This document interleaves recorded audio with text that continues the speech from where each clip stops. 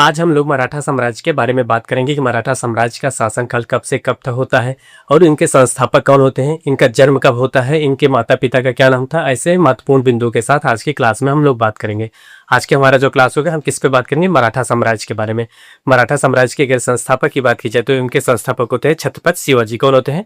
छत्रपति शिवाजी होते हैं। और इनके अब हम जीवन के बारे में जान लेते हैं, या इनके माता पिता है या इनके जीवनी के बारे में जान लेते हैं। उसके बाद जीवनी के बारे में जानने के बाद तब इन्होंने कैसे मराठा साम्राज्य की नींव रखते हैं, इन सब के बारे में, महत्वपूर्ण बिंदुओं के बारे में हम लोग इनके प्रशासनिक गुणों के बारे में जानेंगे। इन्होंने कौन कौन सी प्रथाएं प्रारंभ करते हैं, ऐसे महत्वपूर्ण बिंदुओं के साथ हम लोग आज का सेशन प्रारंभ करेंगे। मैं पंकज कुमार आपको मराठा साम्राज्य से संबंधित ऐसे ही महत्वपूर्ण बिंदुओं के साथ आज की क्लास प्रारंभ करेंगे। क्लास प्रारंभ करने से पहले ये ध्यान दे दीजिएगा, हमने जो मराठा साम्राज्य होता है, मराठा साम्राज्य के बारे में बात करेंगे। सबसे पहले मराठा साम्राज्य के जो संस्थापक होते हैं छत्रपति शिवाजी जो थे, छत्रपति शिवाजी का शासनकाल कब से कब तक होता है, इसे जानने से पहले हम लोग छत्रपति शिवाजी के बचपन के बारे में जान लेते हैं। उनके पिता जो होते हैं कहाँ के कह सके सूबेदार होते हैं, या किस क्षेत्र के, या उनके जो पिता होते थे किस घराने से संबंध होता था। ऐसे महत्वपूर्ण बिंदुओं के साथ आज के सेशन प्रारंभ करते हैं। देखिए पहले हेडिंग डालिएगा मराठा साम्राज्य के बारे में। यह मराठा साम्राज्य लिखिएगा, मराठा साम्राज्य। मराठा साम्राज्य के अंतर्गत हम बात करेंगे, जो मराठा साम्राज्य की बात करते हैं हम बात करेंगे छत्रपति शिवाजी के बारे में। किसके? छत्रपति शिवाजी, जो मराठा साम्राज्य के संस्थापक होते हैं। यहाँ पे लिखे मराठा साम्राज्य होते हैं, यहाँ पे संस्थापक लिखिएगा। संस्थापक की बात करते हैं, जो मराठा साम्राज्य होता है इसके संस्थापक कौन होते हैं? छत्रपति शिवाजी। कौन होते हैं? छत्रपति शिवाजी होते हैं। अब हम लोग यहाँ से इन्हीं के बारे में जानने का प्रयास करेंगे। जो छत्रपति शिवाजी होते हैं, इनका बचपन कैसा होता था, इनके पिता कौन होते हैं, इनके माता कौन होती हैं, इनके बारे में जानते हुए फिर उनके शासनकाल के बारे में बात करेंगे। देखिए जो छत्रपति शिवाजी होते हैं, इनकी लिखिए इनका जो जन्म होता है, कब जन्म होता है, यहाँ पे लिखिएगा जन्म होता है, कहाँ पे होता है, इन सब के बारे में जानते हुए, क्योंकि वहां से भी कई बार एग्जाम में आपसे पूछा जा चुका है। जैसे आप अगर यूपी ट्रिपल एससी का एग्जाम देंगे, या कभी भी कोई भी एग्जाम, किसी भी एग्जाम में पूछे जा सकते हैं कि जो छत्रपति शिवाजी होते हैं या मराठा समाज के जो संस्थापक होते हैं, उनका जन्म कहाँ पे हुआ था, ये कब होता है, कहाँ पे हुआ होता है, कहाँ पे हुआ होता है, किस किले के पास होता है, कह सकते हैं वह जो क्षेत्र होता है किस किले के अंतर्गत आता था। ऐसे महत्वपूर्ण बिंदुओं के साथ आपसे कई तरीके से क्वेश्चन पूछा जा सकते हैं।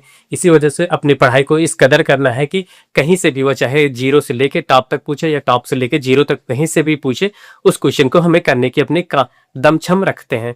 इसी वजह से हम लोग इन जो मराठा साम्राज्य होता है, मराठा साम्राज्य कह सकते हैं टॉप से लेके बॉटम तक जानने का प्रयास करेंगे और बॉटम से लेके टॉप तक जानने का प्रयास करेंगे। अगर इससे कहीं भी क्वेश्चन आए तो हम जाहिर सी बात है सही कर सकें और हम अपने एग्जाम में सफल होने की पूरी दावेदारी सुनिश्चित कर सकें।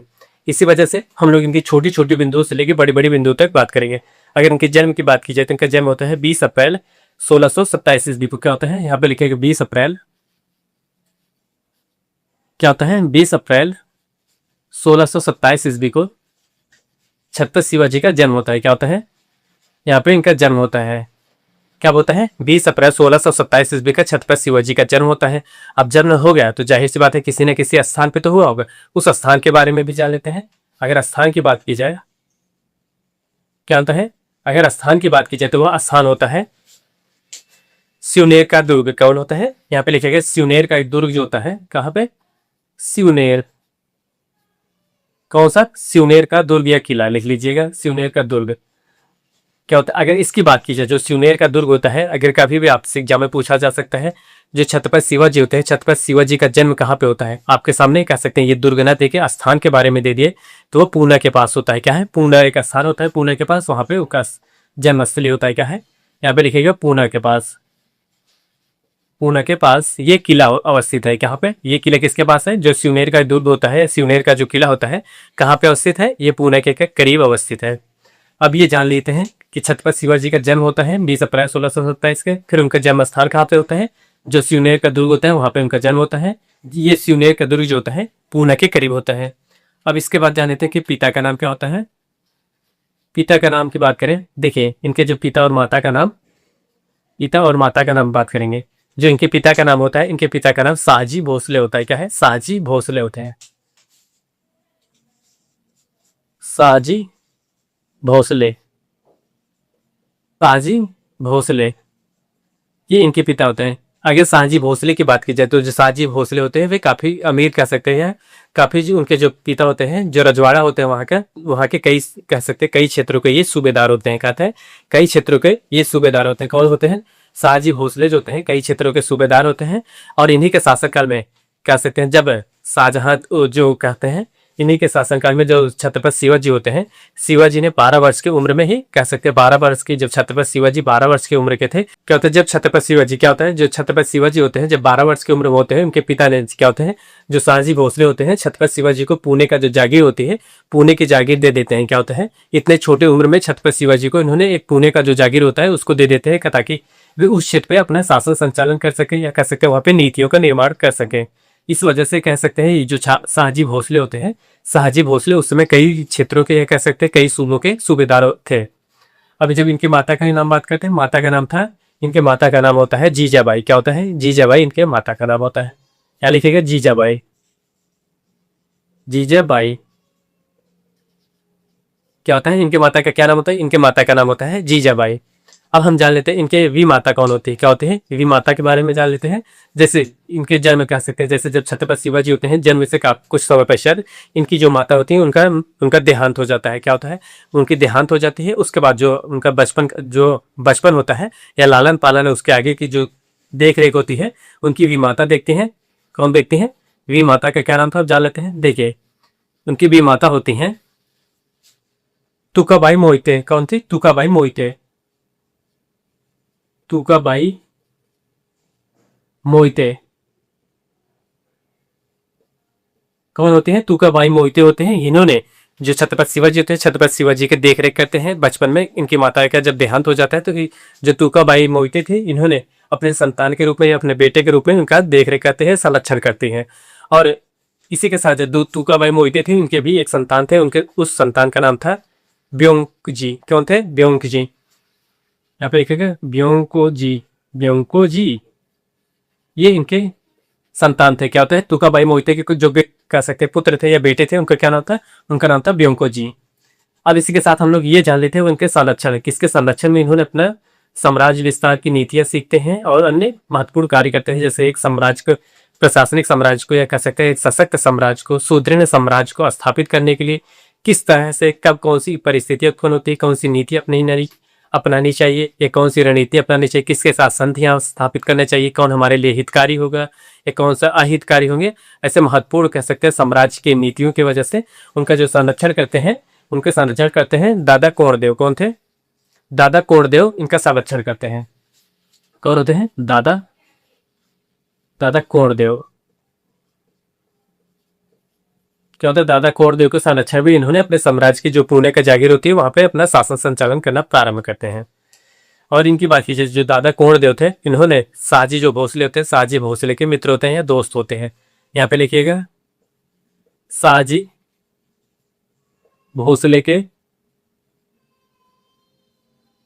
के मित्र थे। क्या थे? अगर इनकी बात की जाए तो दादा कोंडदेव कौन थे? दादा कोंडदेव वही थे जो शाहजी भोसले थे उनके मित्र थे। अब तो हम लोग छत्रपति शिवाजी के बारे में कह सकते हैं संक्षिप्त जानकारी प्राप्त कर चुके। अगर कभी भी आपसे क्वेश्चन पूछा जा सकता है छत्रपति शिवाजी के पिता का नाम क्या था या माता का क्या नाम था, उनका जन्म कब हुआ है, आज जन्म स्थान के बारे में पूछा जा सके, इन्होंने अपने साम्राज्य विस्तार के लिए शुरुआती दौर में किसके संरक्षण में रह के अपने साम्राज्य विस्तार की नीतियों को सीखते हैं, तो वो होते हैं दादा कोंडदेव। जो दादा कोंडदेव होते हैं इन्हीं के संरक्षण में कह सकते हैं इन्हीं के सानिध्य में इन्हों रहकर अपना शासन साम्राज्य की नीतियों को सीखते हैं।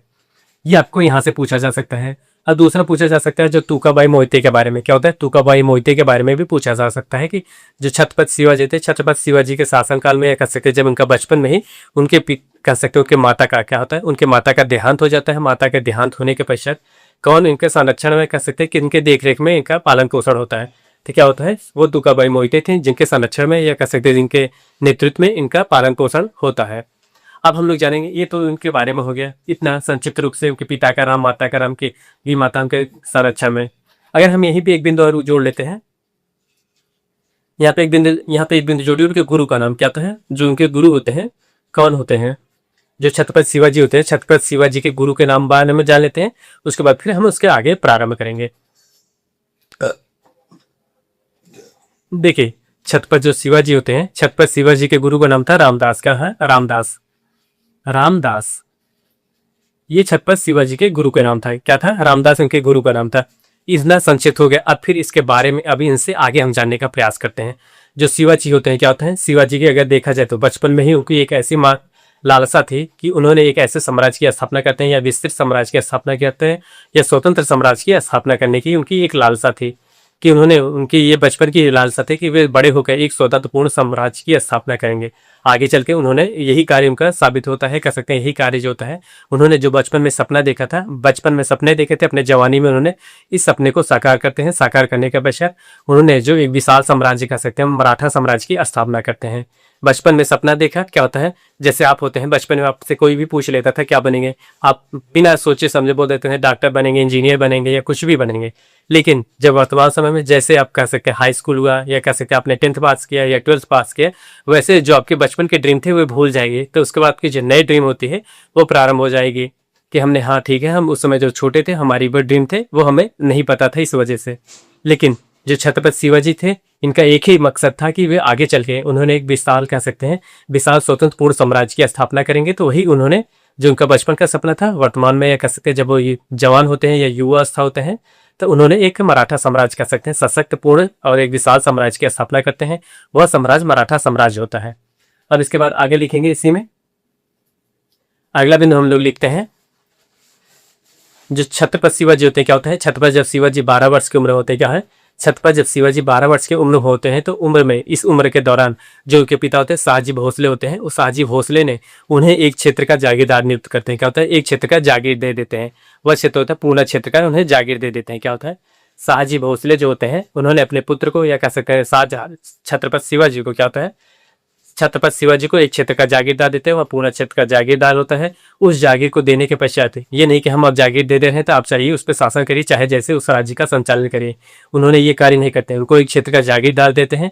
जागीरदार के साथ साथ उन्होंने कुछ ऐसे व्यक्तियों को कह सकते हैं वहां पर नियुक्त करते हैं, उनके संरक्षण में भेजते हैं कि ताकि जो उनके वफादार क्या कह सकते हैं जो शाहजी भोसले होते हैं उनके वफादार होते हैं, उन्हीं को उस क्षेत्र के संरक्षण के लिए भेजा जाता है। अगर जो शाहजी भोसले के संरक्षण कर सकते हैं वफादार नहीं होते हैं उनको भेजा जाता तो वो छत्रपति जो शिवाजी होते हैं छत्रपति शिवाजी और भोसले जी के बीच में टकरार उत्पन्न करते हैं या एक दूसरे को भड़काने का प्रयास करते हैं, जिससे वे विद्रोह करते हैं। विद्रोह करने के पश्चात जो उनके पिता हैं उनके पिता और पुत्र में काफी दूरियां बढ़ती जाए। इसी वजह से उन्होंने जो शाहजी भोसले होते हैं काफी कूटनीति की वजह से कह सकते हैं काफी दूरदृष्टि सोच की वजह से उन्होंने ऐसे ही व्यक्तियों को वहां पे भेजते हैं जो उनका वफादार होते हैं। यहाँ पे अगला दिन लिखेगा, अगला दिन यहाँ पे लिखेगा 12 वर्ष की उम्र में 12 वर्ष की आयु में 12 वर्ष की आयु में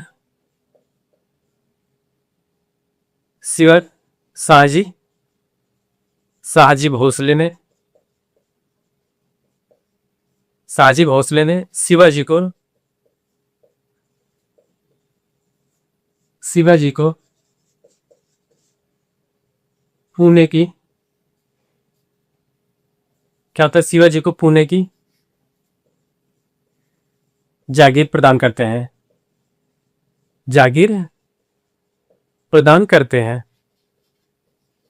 क्या होता है? जब शिवाजी कह सकते हैं जब शिवाजी 12 वर्ष की उम्र थे, कितना, जब शिवाजी 12 साल के थे तभी उनके पिता ने इनकी योग्यता को देखते हुए या कह सकते हैं शिवाजी की योग्यता को देखते हुए काफी प्रभावित होते हैं। प्रभावित होने के पश्चात उन्हें अपने साम्राज्य के लिए कह सकते हैं जो एक साम्राज्य होता है उनका जो सूबेदार होते हैं कई क्षेत्रों के जो उनके शाहजी भोसले कई क्षेत्रों के सूबेदार होते हैं, उन्होंने उन सूबेदारों में से एक क्षेत्र का जो होता है एक क्षेत्र का सूबा जो शाहजहां होते हैं जो शिवाजी होते हैं क्या होते हैं छत्रपति शिवाजी होते हैं उनको प्रदान कर देते हैं। इस क्षेत्र का आप कह सकते हैं जो छत्रपति शिवाजी होते हैं उसका देख रेख करें या संरक्षण करें या उस साम्राज्य पे शासन संचालन करें कि कैसी उनकी नीतियां होती हैं। इससे प्रदान करने के पश्चात उन्होंने अपने सहयोगी कह सकते हैं वफादार सदस्यों को भेजते हैं। और यहाँ पे लिखेगा शिवाजी की सहायता के लिए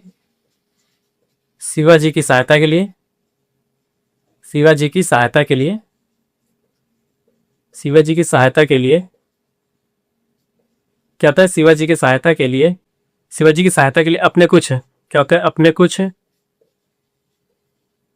योग्य अधिकारियों को भी भेजते हैं। तब तक योग्य अधिकारियों को भेजते हैं।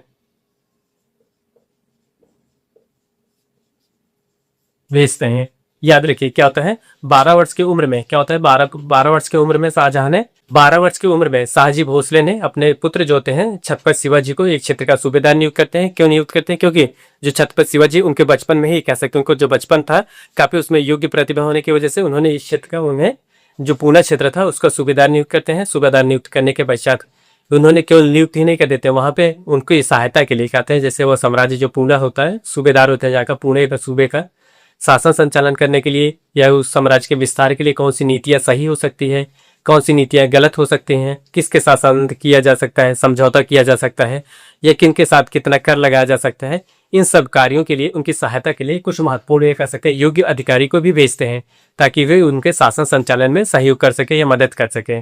इस मदद के क्रम में उन्होंने जो शाहजी भोसले होते हैं उन्होंने कुछ सरदारों को, या कह सकते हैं कुछ अन्य जो योग्य अधिकारी होते हैं उनको भेजते हैं। जब योग्य अधिकारी उनके संरक्षण में कार्य करेंगे तो एक अच्छा पूर्ण शासन, या कह सकते हैं एक सुशासन पूर्ण साम्राज्य का विस्तार कर सकते। देखिए आज के लिए बस इतना ही करते हैं, क्योंकि इस जो मराठा साम्राज्य होता है, मराठा साम्राज्य के बारे में हमने काफी महत्वपूर्ण जानकारी प्राप्त कर लें। जो मराठा साम्राज्य होता है, उनके मराठा साम्राज्य के जो संस्थापक होते हैं छत्रपति शिवाजी के बारे में जाना है। उनका जन्म कब होता है, जन्म स्थान कहाँ पे होता है, पिता का क्या नाम था, माता का नाम क्या था, उनके गुरु कौन थे, किनके संरक्षण में उनका बचपन जो होता है पालन पोषण होता है। उसके बाद जो उनके किनके संरक्षण में उन्होंने ऐसे कह सकते हैं साम्राज्य विस्तार की नीतियों को सीखते हैं, ऐसे महत्वपूर्ण बिंदुओं के बारे में जाना। फिर उसके बाद जब उनके बचपन में कह सकते हैं जब वे 12 साल की उम्र के थे, तभी उनके पिता जो होते हैं शाहजी भोसले जो होते हैं उनको एक क्षेत्र का जागीरदार देते हैं। जागीरदारी इस वजह से दिया जाता है कि उनके जो बचपन होता है, बचपन में ही उनकी प्रतिभा थी, इसी वजह से उनको इस क्षेत्र का जागीरदार दिया जाता है ताकि वे उस क्षेत्र का संचालन कर सके और उनकी नीतियों को, उन नीतियों को, शासन संचालन करने की नीतियों को सीख सके और अपने क्षेत्र का विस्तार कर सके। और इसकी सहायता के लिए जो शाहजी भोसले होते हैं उन्होंने कह सकते हैं कई योग्य अधिकारियों को भी नियुक्त करते हैं ताकि उन्हीं के संरक्षण में या उन्हीं की योग्यताओं का वह लाभ उठाकर अपने शासन संचालन में सहयोग कर सके। आज के लिए बस इतना ही, मिलते हैं नेक्स्ट वीडियो में, तब तक के लिए धन्यवाद, बाय बाय। आप हमारे चैनल को नए हो तो चैनल को लाइक करें, शेयर करें, सब्सक्राइब करें। मिलते हैं नेक्स्ट वीडियो में, तब तक के लिए धन्यवाद, बाय बाय।